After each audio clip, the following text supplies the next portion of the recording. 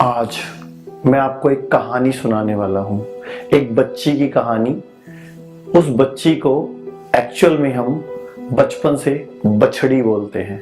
उस बछड़ी की कहानी एक गाय की कहानी और हमारे घर में आने वाले दूध की कहानी। और मेरे हिसाब से इस वीडियो को पूरा देखना बहुत ज़रूरी है, हमें अपने लिए, अपने बच्चों के लिए और अपने समाज के लिए। शुरू करते हैं बछड़ी से, जिसको पैदा होते ही अपनी माँ से अलग कर दिया जाता है, क्योंकि वरना वही अपनी माँ का दूध पी जाएगी। उसे उसकी माँ का दूध ना देकर formula milk, antibiotic, growth hormone, steroid दिया जाता है, जिससे वो बीमार ना हो और जल्दी बड़ी हो जाए। जैसे ही वो लगभग 15 से 16 महीने की होती है, वो शरीर से तो बड़ी हो जाती है, लेकिन मन से, अंदर से वो बच्ची ही होती है। अभी वो बच्ची ही है, लेकिन हार्मोन्स और स्टेरॉइड के इंजेक्शन की वजह से वो बड़ी दिखती है। और 15 महीने की होते ही उसे प्रेग्नेंट कर दिया जाता है, क्योंकि हमें तो दूध चाहिए। गाय या भैंस जिनका जीवन काल लगभग 20 से 25 साल का होता है, अभी 15 महीने में जो सिर्फ बच्ची ही थी, उसे आर्टिफिशियली इंसेमिनेट करते हैं और आर्टिफिशियली प्रेग्नेंट कर दिया जाता है। ये बड़ा ही दर्दनाक, बड़ा ही क्रूर प्रोसीजर है। उसमें एक हाथ उसकी रेक्टम में डालते हैं, दूसरे हाथ से स्टील रॉड उसके जेनाइटल के अंदर डालते हुए यूट्रस तक लेके जाते हैं, उसको स्टिमुलेट करते हैं और फिर वो प्रेग्नेंट होती है। और फिर 9 महीने बाद होता है बच्चा। और उस टाइम पे बछड़ी की उम्र लगभग 24 महीने की होती है, लेकिन बच्चे को जन्म देते ही उसमें ममता जाग जाती है, उसमें माँ का प्यार जाग जाता है और बच्चे के लिए उसमें दूध आने लग जाता है। अगर तो बछड़ी हुई तो उसको भी सेम प्रोसीजर फॉलो होगा, माँ से अलग करके उसको अलग से बड़ा करेंगे। लेकिन बछड़ा हुआ तो बछड़े का डेयरी इंडस्ट्री में तो कोई काम ही नहीं है। बछड़े को मारने का तरीका भी बड़ा अनोखा है। उसको माँ से दूर बांध देते हैं, कुछ खाने को नहीं देते, जिससे वो खुद तड़प तड़प के मर जाता है, या फिर उस बछड़े को मांस के लिए, चमड़े के लिए बेच दिया जाता है। और चमड़े निकालने का प्रोसीजर भी बहुत ही क्रूअल है। इसमें जिंदा बछड़े का ही चमड़ा उतार लेते हैं, चाहे फिर वो पूरी तरह तड़प तड़प के मरता है। और इसी तरीके से बछड़े की कहानी खत्म होती है। और बछड़ा तड़प तड़प के क्यों मरता है और क्यों उसका जिंदे का ही मांस उतारते हैं? क्योंकि इंसान यानी कि हमारी भी अगर चमड़ी को देखें और अगर हम मर जाए तो हमारी चमड़ी सूख जाती है, खराब हो जाती है। इसीलिए जानवरों में गाय, भैंस, बछड़े का मांस जिंदा उतारा जाता है। सोचो कितना दर्दनाक, कितना क्रूर प्रोसीजर है ये। उधर माँ को बच्चा होता है, उसमें पूरी ममता होती है, वो चीख चीख के अपने बच्चों को बुलाती है। और कई बार तो बच्चा दूर होने की वजह से उसमें दूध आना बंद हो जाता है। और बच्चे के ना होने से दूध बंद ना हो जाए, उसको फिर हार्मोन्स के इंजेक्शन लगते हैं, उसको ऐसे खतरनाक केमिकल के इंजेक्शन लगते हैं जिससे उसके हार्मोन सिस्टम बिगड़ जाता है ताकि दूध आता रहे। और कई बार तो पता क्या होता है, गाय दूध देती रहे, भैंस दूध देती रहे, उसके बच्चे को मार के उसकी खाल में कुछ भरकर उससे थोड़ी दूर टांग देते हैं ताकि खुशबू से गाय दूध देती रहे। मान लीजिए एक माँ बच्चे को दूध पिला रही है और बच्चे को माँ से अलग कर दिया जाए, तो सोचो उस माँ पर क्या बीतती है।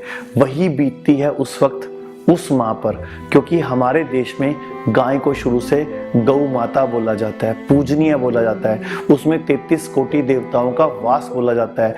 यानी कि हमारे धर्म में अगर सबसे ऊंचा स्थान है तो सिर्फ गाय का। तो गाय के साथ करते क्या है आप खुद देख रहे हैं आप। अब एक बात बताओ, अब बच्चे को मारकर टांग दिया गया, उसके बाद भी दूध बंद ना हो, उसके लिए गाय को हार्मोन्स के इंजेक्शन दिए जाते हैं। और जो इंजेक्शन है ना, उसको देने का तरीका भी बड़ा तकलीफुल है। और इंजेक्शन देने वाले लोग जिनको कोई ज्ञान नहीं है, कोई ट्रेनिंग नहीं होती, बड़े अनहाइजीनिक तरीके से ब्लैक मार्केट से ऑक्सीटोसिन या ऐसा कोई और इंजेक्शन खरीदा और लगा दिया। कई बार तो गाय भैंसों का दूध दिन में 3-3 बार निकालते हैं। और बहुत सारे लोग तो इसके लिए मशीन लगा देते हैं जिससे मैक्सिमम दूध निकल सके। इसके कारण कई बार कभी कभी खत्म होने के बाद भी मशीन चलती रह जाती है और उसमें पस और खून भी आ जाता है। और ये पस और खून स्वास्थ्य के लिए अच्छा नहीं है। लेकिन दूध में पस और खून होना इंटरनेशनल स्टैंडर्ड के हिसाब से तो ठीक है, और एक मात्रा क्लाउड है। अमेरिका, ब्रिटेन जैसे देशों में तो चेक भी कहा जाता है, लेकिन भारत में ऐसा कुछ नहीं होता, जिससे अलाउड से भी कहीं ज्यादा मात्रा में पस और खून दूध में मिलता है। लेकिन आज हम बात कर रहे हैं माता के उस दर्द की, जिसको दुनिया भर का दर्द देकर हम दूध निकालते हैं, और फिर 3, 4, 6 महीने बाद जब तक गाय दूध देती है, उसके बाद जब दूध कम हो जाता है या बंद होता है, उसको उसके बाद फिर उसी क्रूर तरीके से प्रेग्नेंट कर देते हैं, और 9 महीने के बाद फिर से बच्चा देने के लिए तैयार हो जाती है। और ऐसा इसलिए किया जाता है क्योंकि बिना बच्चे के जन्म के तो माँ दूध देती ही नहीं, बिल्कुल इंसानों की तरह। जैसे इंसानों में दूध कब होता है? जब बच्चे का जन्म होता है। वैसे ही गाय, मवेशी भी तभी दूध देंगे ना जब उनका बच्चा होगा, और दूध कुछ समय तक आता है, फिर दूध बंद। इसलिए उसको हर साल प्रेग्नेंट, क्रूरता के साथ, दर्द के साथ किया जाता है। और अगर इसको प्रेग्नेंट करने का तरीका आप देख लें तो हमारे देश में किसी महिला के साथ, किसी लड़की के साथ अत्याचार हो तो आप क्या बोलते हो? रेप। तो समझो ये गाय रेप सहती है, कितना दर्द सहती है, उसकी आंखों में रोना होता है उस टाइम पे, क्योंकि बड़ा दर्दनाक, बड़ा क्रूअल तरीका है। और उसको नाम दे दिया आर्टिफिशियल इंसेमिनेशन। 24 महीने के लगभग पे पहला बच्चा, 36-38 पे दूसरा, फिर चौथे साल में तीसरा, 5वें साल में चौथा। इस तरह करते करते करते गाय बच्चा देने की मशीन बन जाती है। हमेशा वही दर्द, वही इंजेक्शन, वही स्टेरॉइड, एक जगह पे खड़ी रहती है, बांध के रखते हैं, वही गोबर, वही पेशाब। आजकल गायों भैंसों का फिरना बंद है, और उसे बच्चा देने वाली एक मशीन बना देते हैं, और फिर वहीं पे बच्चा पैदा करती है। सोचिए कितना क्रूअल, कितना खतरनाक प्रोसेस है। लगातार दूध और बच्चा देने के बाद गाय लगभग 5 से 6 साल में इतनी कमजोर, इतनी लाचार, इतनी बेबस हो जाती है कि ढंग से उठ भी नहीं सकती, बैठ भी नहीं सकती, चलने की ताकत नहीं बचती। और ऐसी गाय या भैंस डेयरी वालों के काम की नहीं होती, और उसको बेच दिया जाता है, फिर उसको कसाई खाने भेज देते हैं। लेकिन गाय को काटना भारत में अलाउड नहीं है, इसलिए किसी ऐसे स्टेट में भेजते हैं जहां पे कटती है, जैसे केरल या पश्चिमी बंगाल। उनको बुरी तरह ट्रक में भर के ले जाते हैं, और आपने देखा होगा ट्रक में उनको खड़ा रखा जाता है, उनकी आंखों में मिर्ची डाली जाती है, उनके सींग तोड़ दिए जाते हैं, उनके सींग काट दिए जाते हैं, उनकी पूंछ काट दी जाती है, उनको दर्द दी जाती है, क्योंकि अगर वो बैठ गई तो उसको उठाएगा कौन?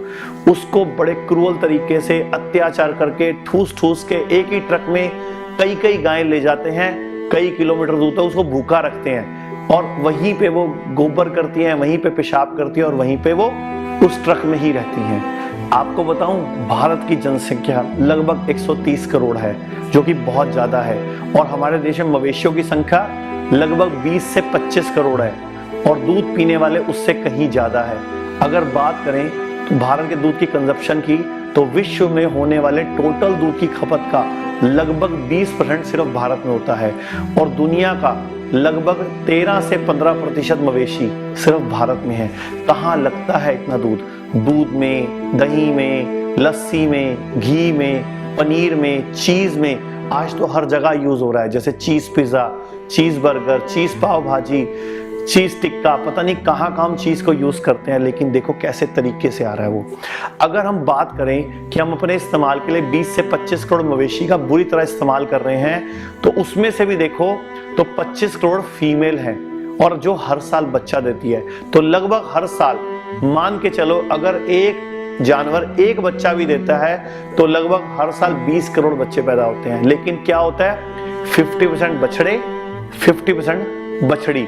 और अगर बछड़ी होती है तो फिर वही प्रोसीजर, उसको ग्रोथ हार्मोन, स्टेरॉइड, इंजेक्शंस लगा के बड़ा करना। और बछड़ा हो गया तो मैंने बता ही दिया, उसका मांस के लिए जिंदा ही कत्ल कर देते हैं। उसके बाद जब गाय 5-6 साल बाद गाय और भैंस जब वो उठना बंद हो जाते हैं, उनसे खड़ा नहीं हुआ जाता, वो बेचारे उस केमिकल वाले इंजेक्शंस की वजह से, बार बार बच्चे पैदा करने की वजह से उनके अंदर चलने फिरने की शक्ति खत्म हो जाती है, दिमाग से वो पैदल हो जाते हैं, क्योंकि उनको बहुत बुरे तरीके से बुरे हालातों में रखा जाता है, क्योंकि एक ही मकसद है, दूध। उसके बाद उनको लेदर इंडस्ट्री को दे दिया जाता है, जहाँ गाय भैंस का चमड़ा यूज होता है। जैसे मैंने आपको बताया कि मेरी चमड़ी तब तक अच्छी है जब तक मैं जिंदा हूँ, इसीलिए इनकी चमड़ी को जिंदा उतारा जाता है। बड़ा ही क्रूअल प्रोसीजर है। व्हाट्सएप पे, यूट्यूब पे आप वीडियोस को देख सकते हो। अब बात करें सॉफ्ट लेदर, प्रीमियम लेदर की, तो ये बच्चों का चमड़ा होता है जो बछड़ों का होता है, जिसको मार कर निकाला जाता है। आजकल भारत ब्राजील के साथ नंबर 1 बीफ एक्सपोर्टर बनने की रेस चल रही है। पूरी दुनिया में भारत दूसरे नंबर का बीफ एक्सपोर्टर है, क्योंकि भारत दूध प्रोडक्शन में भी बहुत आगे है। और सबसे बड़ी बात, जब गाय भैंस दूध नहीं देगी तो किस काम की? तो मैं आपसे पूछूं, क्या आप इस पूरी कहानी में, इस बछड़ी की कहानी में, इस क्रुएलिटी की कहानी में, बछड़े की कहानी में 10% भी इसको अलाउड करेंगे? नहीं। तो फिर दूध पीना छोड़ क्यों नहीं देते हो? इतनी क्रूरता से निकला हुआ दूध हमारे किस काम का? आप सोचिए, एक माँ को पकड़ के परेशान करके दूध निकाला जाएगा तो कैसी हाई हार्मोनल का इम्बैलेंस, उसकी बॉडी की सारी टॉक्सिसिटी भी उस दूध में आ रही होगी जो आपके बच्चों के पेट में जा रहा है। इसीलिए आज भारत में छोटे बच्चों को कम उम्र में ही चश्मे लग जाते हैं। छोटी उम्र में ही बच्चों को डायबिटीज टाइप 1 हो जाती है। महिलाओं में ब्रेस्ट कैंसर, ब्लड कैंसर एक आम बात हो गई है। पुरुषों में प्रोस्टेट कैंसर एक आम बात हो गई है। आप बोलोगे इसमें दूध क्या कारण है? दूध ही मुख्य कारण है, क्योंकि दूध में पाए जाने वाले प्रोटीन की वजह से आप उस दूध को पीते हो। लेकिन वो जो दूध है वो बड़े ही गलत तरीके से गाय की भावनाओं के साथ खिलवाड़ करके निकाला जाता है। बस मैं आप सबको बोलना चाहूंगा, भारत को वेगन बनाओ, इस दूध इंडस्ट्री को, इस दूध को पीना छोड़ दो। मैं अपनी अगली वीडियो में आपको दूध के केमिकल के कई साइंटिफिक लॉजिक्स भी दे दूंगा कि दूध क्यों नहीं पीना चाहिए। अगर सच में आप दूध पीने के शौकीन हैं और आपको कैल्शियम, आयरन, प्रोटीन चाहिए तो नारियल पानी पी लीजिए, नारियल का दूध बना लीजिए, बादाम दूध बना लीजिए, सोया मिल्क पी लीजिए, लेकिन गाय भैंसों को बख्श दीजिए।